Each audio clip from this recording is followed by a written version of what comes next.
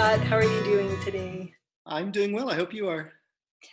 It's a day, but here we are, right? Yes. It's good. It's good. And tell me where you are and what it looks like where you are.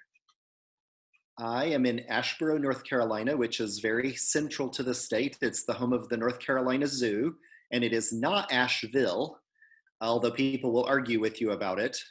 You tell them you're from Asheboro, and they say, Asheville? No.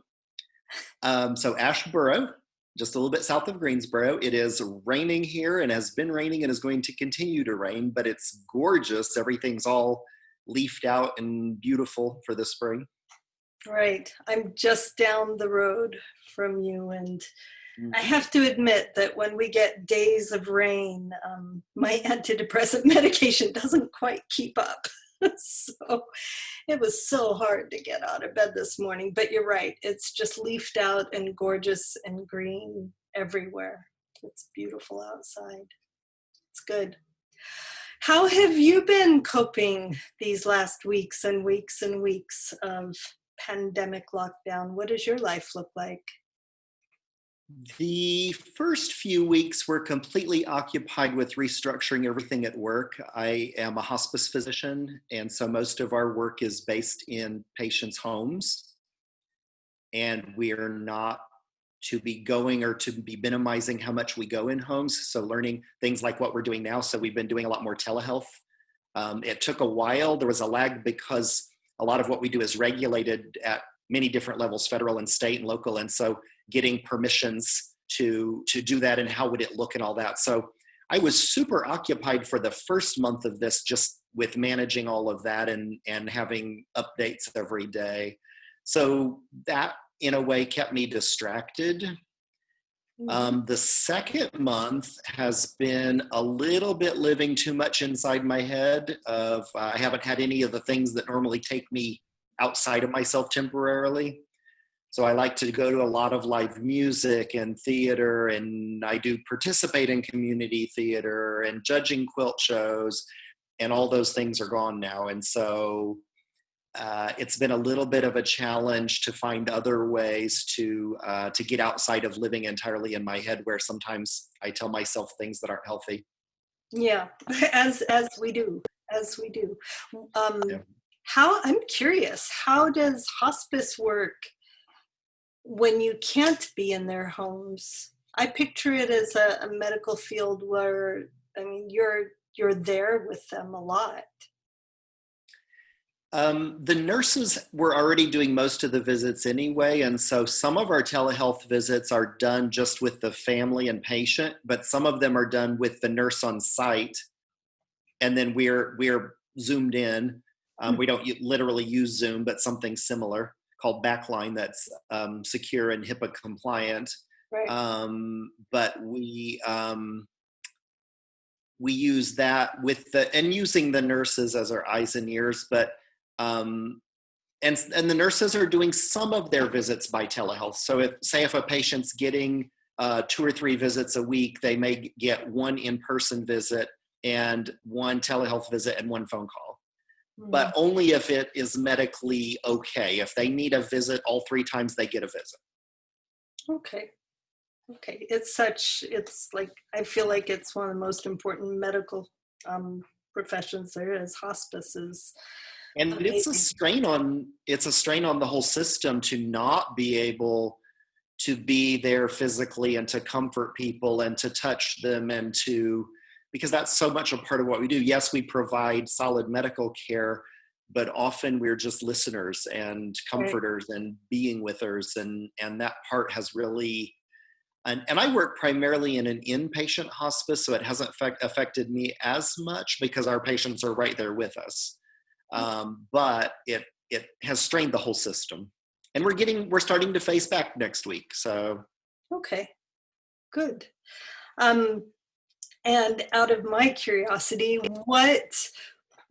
tell me more about your theater. What have you participated in? What roles have you had? I've done a lot of Shakespeare. So in the summer is when I have more time, and that's when we do our Shakespeare in the Park. So I have played Mark Antony and Julius Caesar. I have been Banquo in Macbeth. I have probably my biggest role was Petruchio in Taming of the Shrew. That's probably my only what you'd call true lead. Fun. Pretty big role in Twelfth Night as Malvolio. But then I've done other plays, Love Letters, Curious Savage. Usually at Christmas time we do one of the Dickens Christmas plays, usually Christmas Carol, but sometimes Cricket on the Hearth.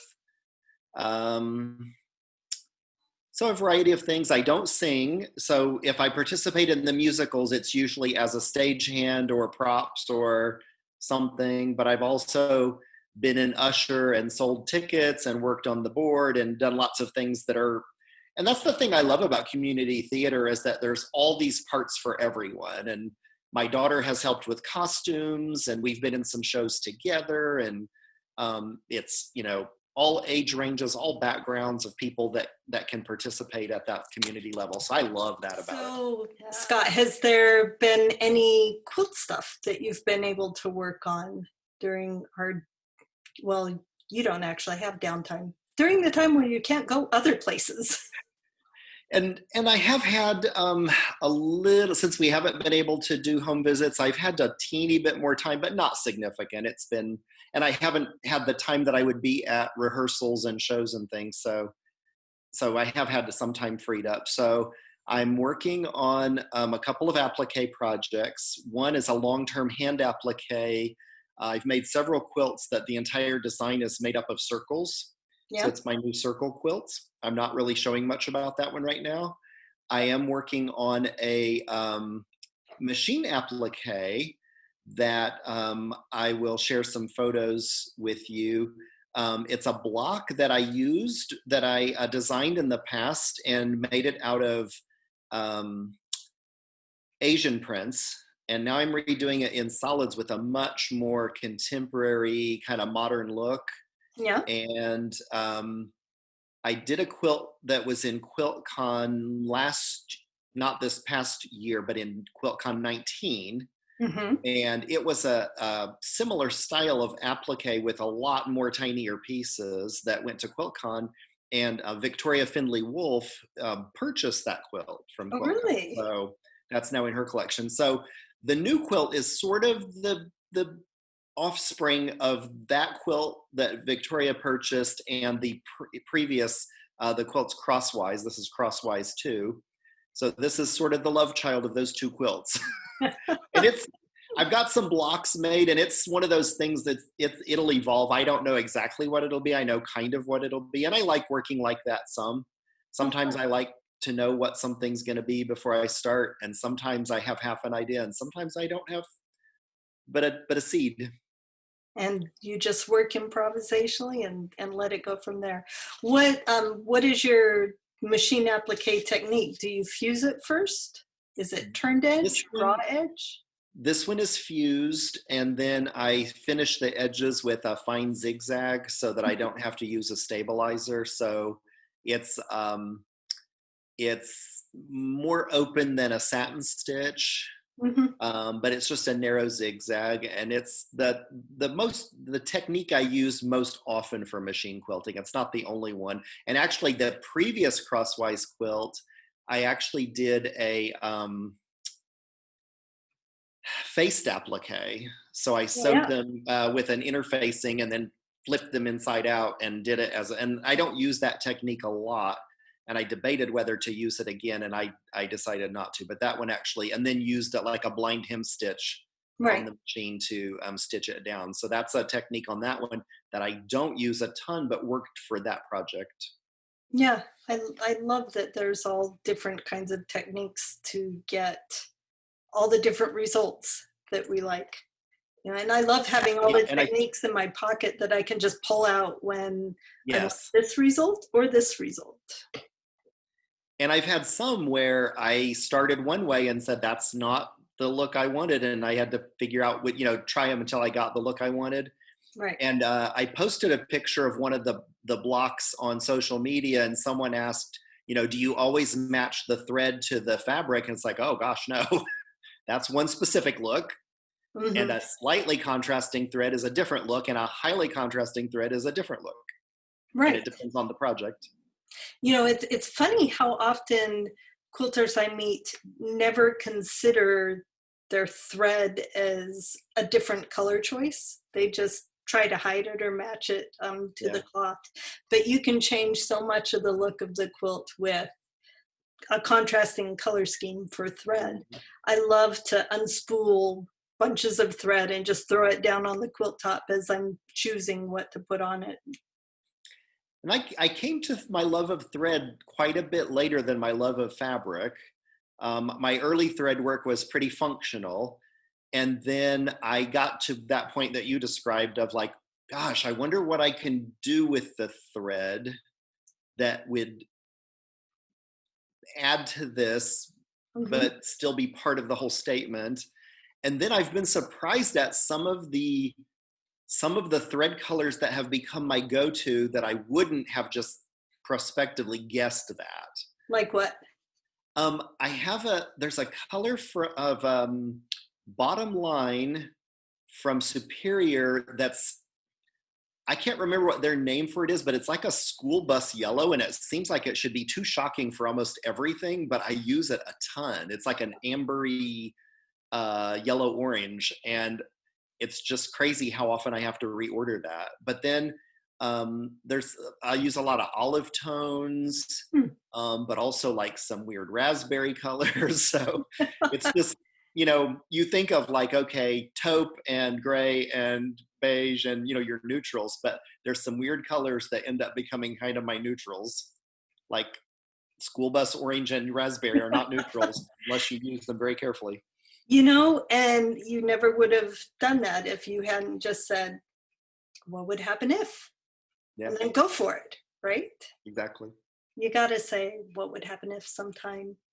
Have you had a lot of teaching gigs that you've had to put off and reschedule? I don't teach that much anymore because of my professional responsibilities, but I do a lot of judging, and I've had I just got another cancellation last night. So that's been kind of sad. And I was supposed to, earlier this month, I was supposed to jury for the Shipshewana Quilt Festival in Indiana. And I haven't had the opportunity to do a lot of jurying. So I was really excited to add, it's the kind of thing where when people ask you if you've done it, you can't get the job without the experience, and you can't get the experience without the job. And so I was really excited to add something to my list of experiences, and that got canceled. Yeah, I love juring shows. Yeah, and I was excited about it. I just Yeah. haven't done it very much. I've judged a ton all over the country and feel super comfortable with it. And Mhm. that was just a really um, perfect opportunity. I wasn't going to have to travel. It was going to all be done from the computer at home. And I was just so excited about it. And then And it then the didn't show happen. gets canceled. This would be an interesting conversation to have. Do you think people really know the difference between what is the difference between jurying a show and judging a show?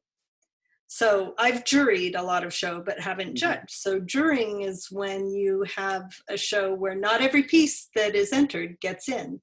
So you and often other jurors have to look at either the real artwork or slides of all the artwork, and you have to choose a pool of entries that will work either in the gallery space or just choose the highest quality pieces for the show.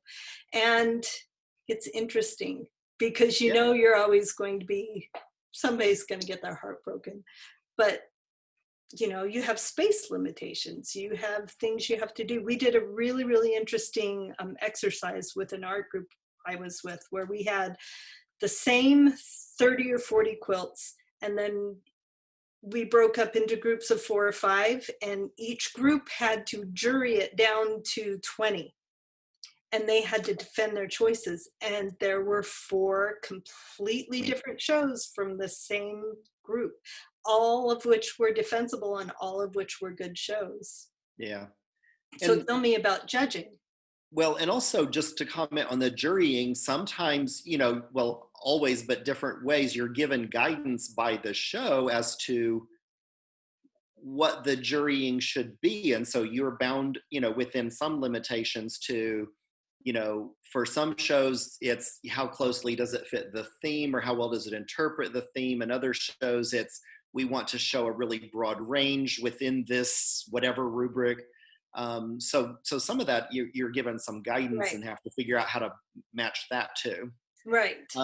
And then, of course, judging the show is now these are all of the entries, and then we have to make some determination of which entries are of the highest quality, taking into account design and workmanship and whatever else the show has given you as guidance. And very often the shows I'm judging have monetary awards. They're large, prestigious national shows. Many of the shows have people who are entering them who are making quilts specifically just for this purpose. They are designing and making quilts for the show circuit and sending them all over specifically to as part of their earnings to win prize money. Right. Last time I was entering shows, and it's been a while. I'll enter every once in a while now, but last time I was entering shows, my percentage of getting in the juried shows was about 70%, which was really good. Mm-hmm. And I won prize money a lot, but it was just enough to break even over Yeah. the year with the show entries and shipping costs. And it was fun and it was interesting. God, I don't know why I quit. I just don't I have the also, energy. yeah, I also went through that phase from about 2000, no, from about 98 to 2008.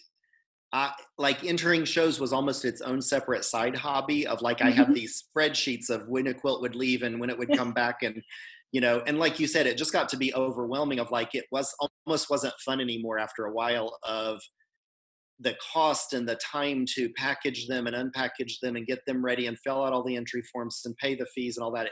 It got overwhelming. So again, there was a time it was exciting, and when it wasn't exciting anymore, then I quit doing it. Right, right. And it is fun to get out there and it's fun to get recognition. But at the same time, I think a lot of people get to the point where you're just confident enough in your work that you're okay without the outside recognition. You still love to have your work seen, but Yeah. it's not such a struggle and such a I need this anymore. It's interesting. And I like juring shows better than judging shows. I've only done that a couple times. But it's hard for me with quilt shows because I understand technique and workmanship and all that, but I just really want to look at only the design aspect. And in a quilt show, you have to take them all into consideration.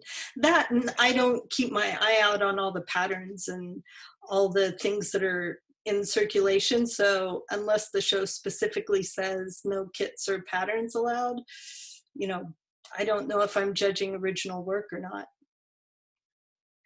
Yeah, most shows either don't allow kits or put them in their own category. Mm-hmm. Good, good. Um, how have you kept touch with your community during this time of lockdown? Do you have quilting groups locally and quilting friends that you've had to try to keep in touch with?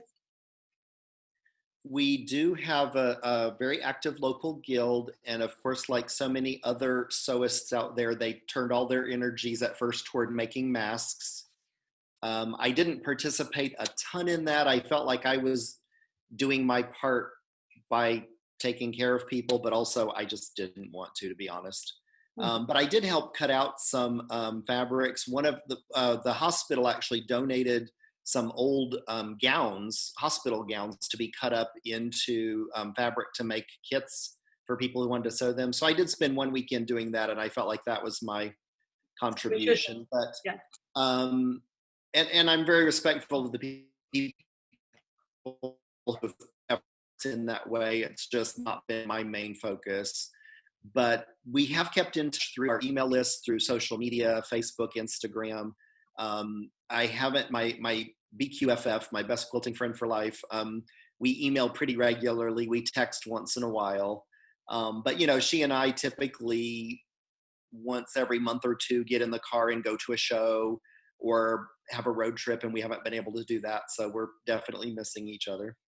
Yeah, it is. There's some hard things about this, but it's okay. It's Yeah, okay. We'll get through it, right? we will. I Scott, thank you so much for spending a little bit of time with me this evening. I appreciate it. Is there anything that you would like to say to all the quilt people out there? I just encourage people to find their own voice and to realize that their voice can change over time. I'm in about my, you know, fifth or sixth or seventh or eighth phase of my quilting life, and I jump around between them. So just, what we were talking about earlier, don't be afraid to say what if. What if I tried this? And if you know you're going to make a lot of quilts, it's not as important for every one of them to be perfect. They can just be experiments or studies, and you don't have to finish everything you start. Right. So just keep making and making and making, and great stuff will come out of it. Absolutely. If you make your masterpiece, what do you have left to do, right? So just keep playing, experimenting. Excellent advice. Thank you so much. I appreciate the time talking. It's been really interesting and fun to get to know you a little bit better and Shakespeare. Yay, Shakespeare. Yay. So good. So you have a lovely evening. Thank you, Lyric. All right. Take care. Bye bye. Bye.